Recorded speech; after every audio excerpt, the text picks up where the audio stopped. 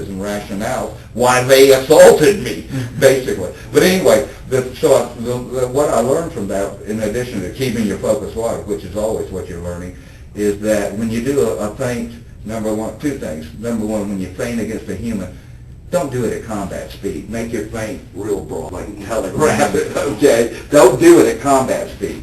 And number two, don't feint to the head area. That's so if you goof up, you won't have a head strike, which you never hit a person in the head or neck unless it is a fatal force scenario. Right. Yeah.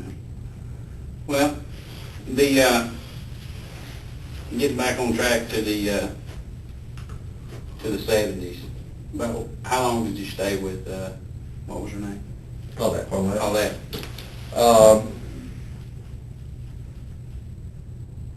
Till 73.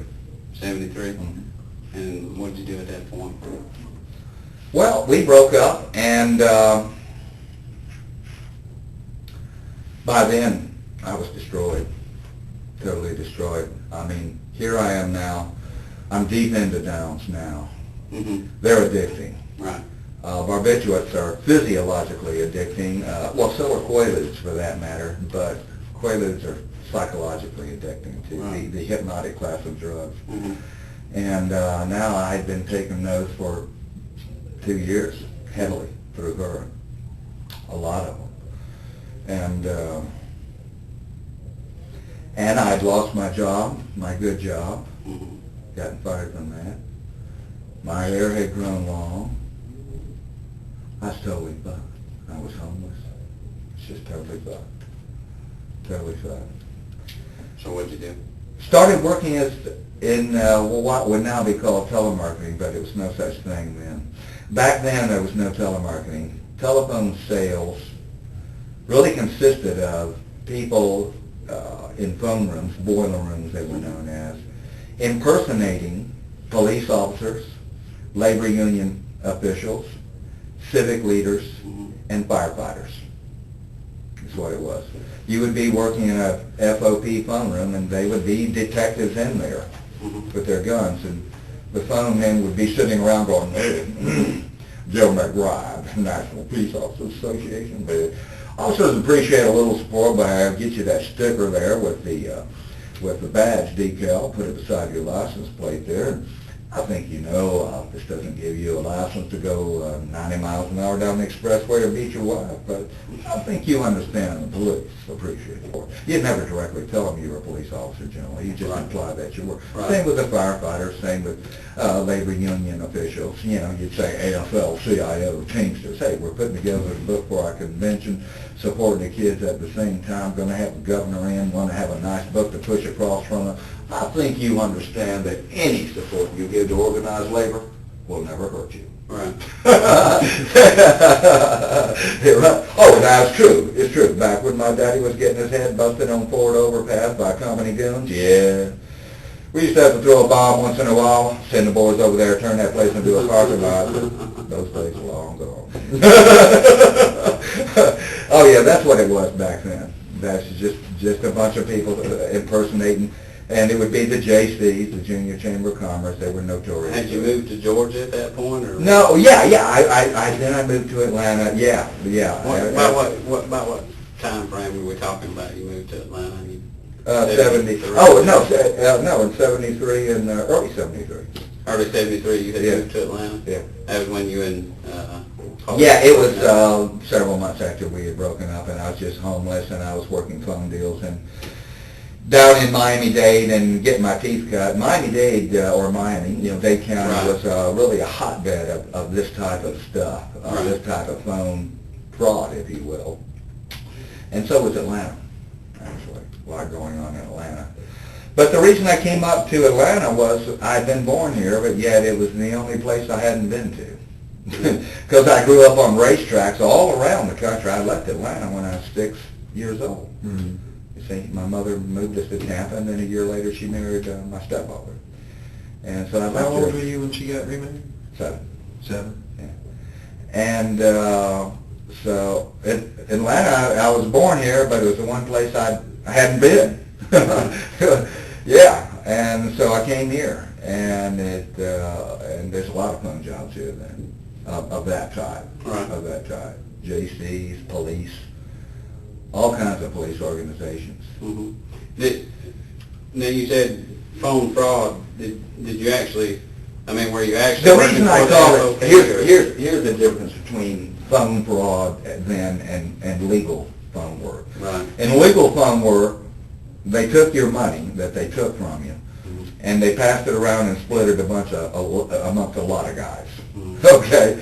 In phone fraud, I take their money and keep it all myself. Okay. That's the difference. Can you dig it? 2% would go to the cost. Right. 1 or 2%, literally 1 or 2% would go to the cost. And then it would be split among the room managers, the telemarketers, the leapers, the sponsor, the promoters, everyone else.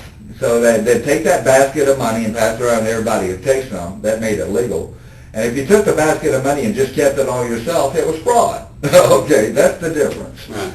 So, yeah, that's why I call it phone fraud. It still is. I know of very few charities these days, actually, that are truly what people think they are. Right. Okay, truly what people think they are. There's a few charities that 70% of what they collect goes actually to a cause, but most of these charities, Easter Seals is a good example, and most of the other ones, most of it is spent, most of the money they raise is spent raising the money. Right.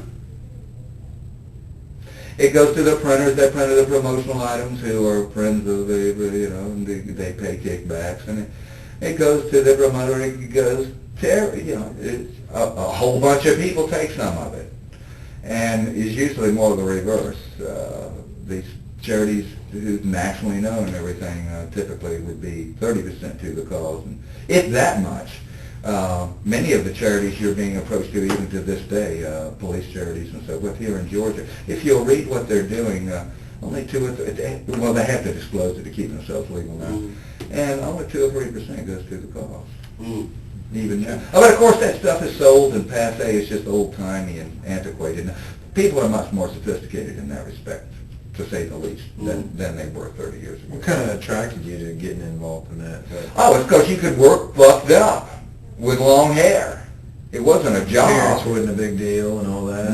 No. And you sit there with a glass of beer or you have your bottle of whiskey in your coat jacket, or a wine cooler in a glass. Yeah, you could be fucked up on that stuff.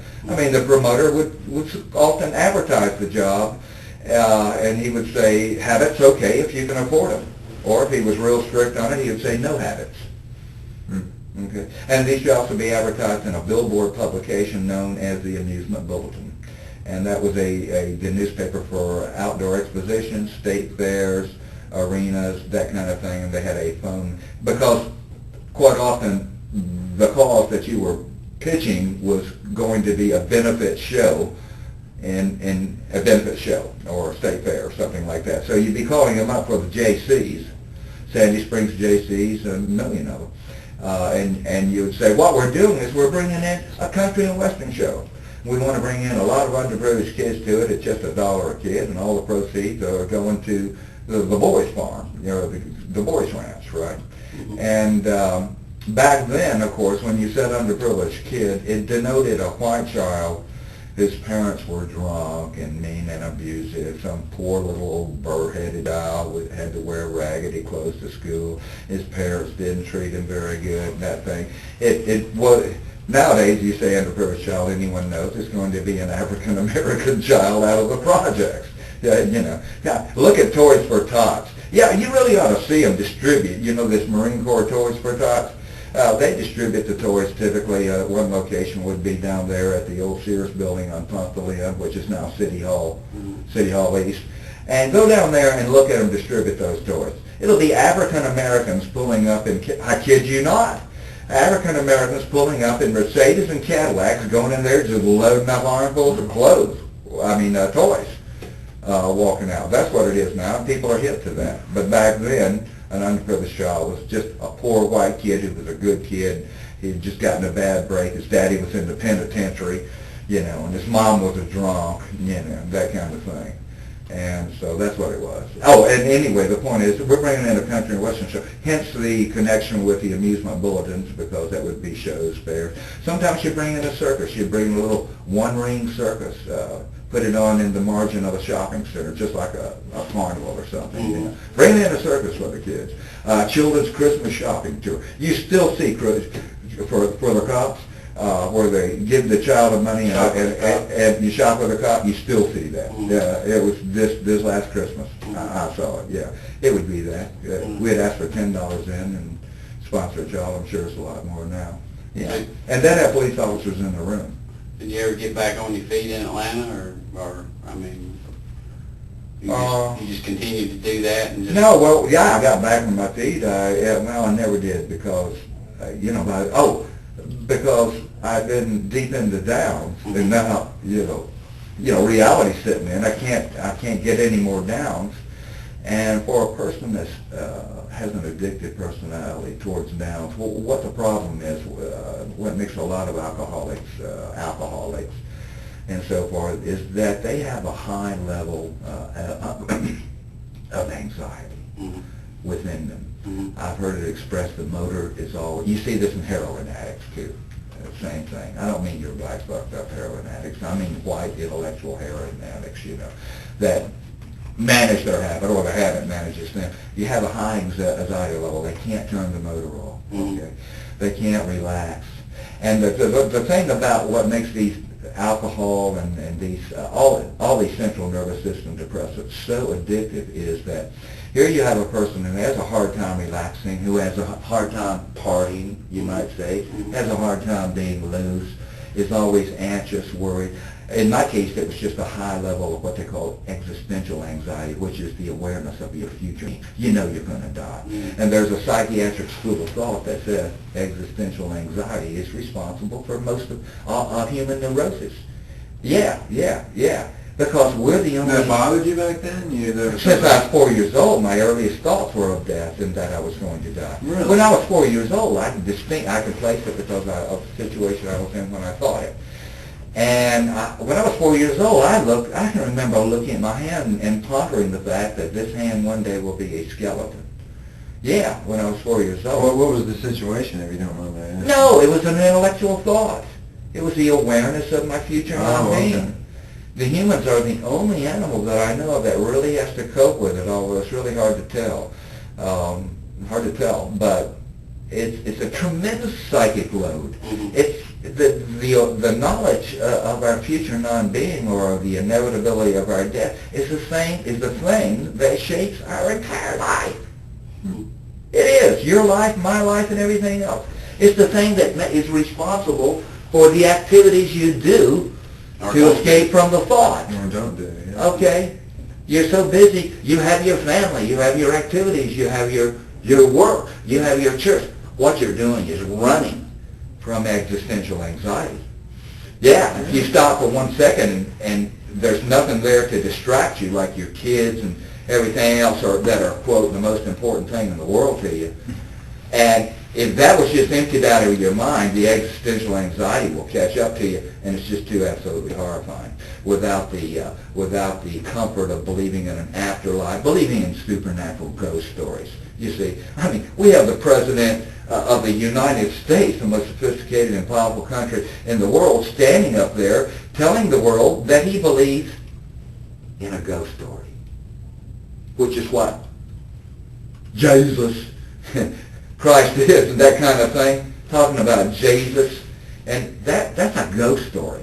That is of the supernatural, And here we are, most advanced peoples ever, and we're talking about ghost stories, and they all do it. You see how stupid they are? They're total fucking idiots, but they're just being human beings.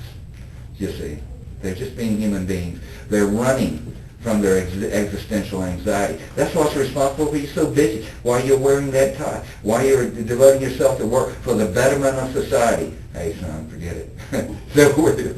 Look, any good anthropologist can tell you we're doomed, okay? And so can any cosmologist, too. It's just on a larger time scale, that's all.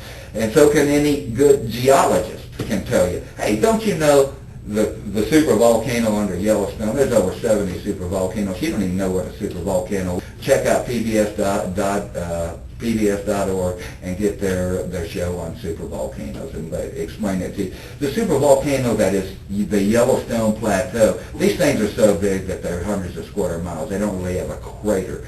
They have magma chambers that can take a million years to fill. The supervolcano under Yellowstone has erupted 3 times in the last 2 million years. It has an average cycle of 600,000 years.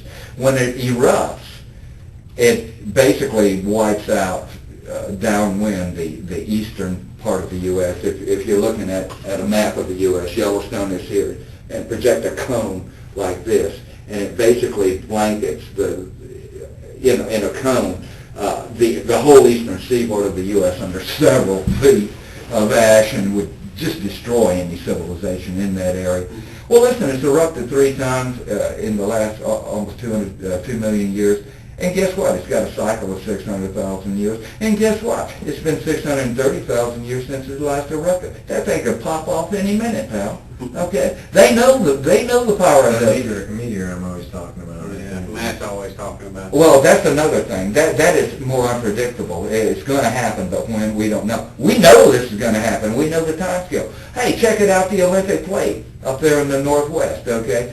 In 1967, they had a super earthquake in Alaska, over 9 points on the Richter scale. It's only the 3rd one ever known to human beings. And in this case, they were able to observe the effects. Relatively few people were killed because at that time Alaska was sparsely populated. Yeah, but geologists had an idea of what a mega, over 0.9 earthquake would do, geologically speaking. But they were only theories. And they were able to study the effects of this and confirm it. And they have found that the Olympic plate has, in the last 20,000 years, has shook itself out with a plus 0.9 earthquake 18 times. Okay, and not only have they confirmed it, they by studying. What they've done to really get it precise is they always had a theory that underwater you have the continental shelf under the ocean, you have the continental shelf, and then it goes down to the depths of the ocean. And in that we're kind of like ravines, sort of, or canyons. And geologists had a theory that a megaquake would make undersea earth slides on that, and it would leave a record. And so they were able to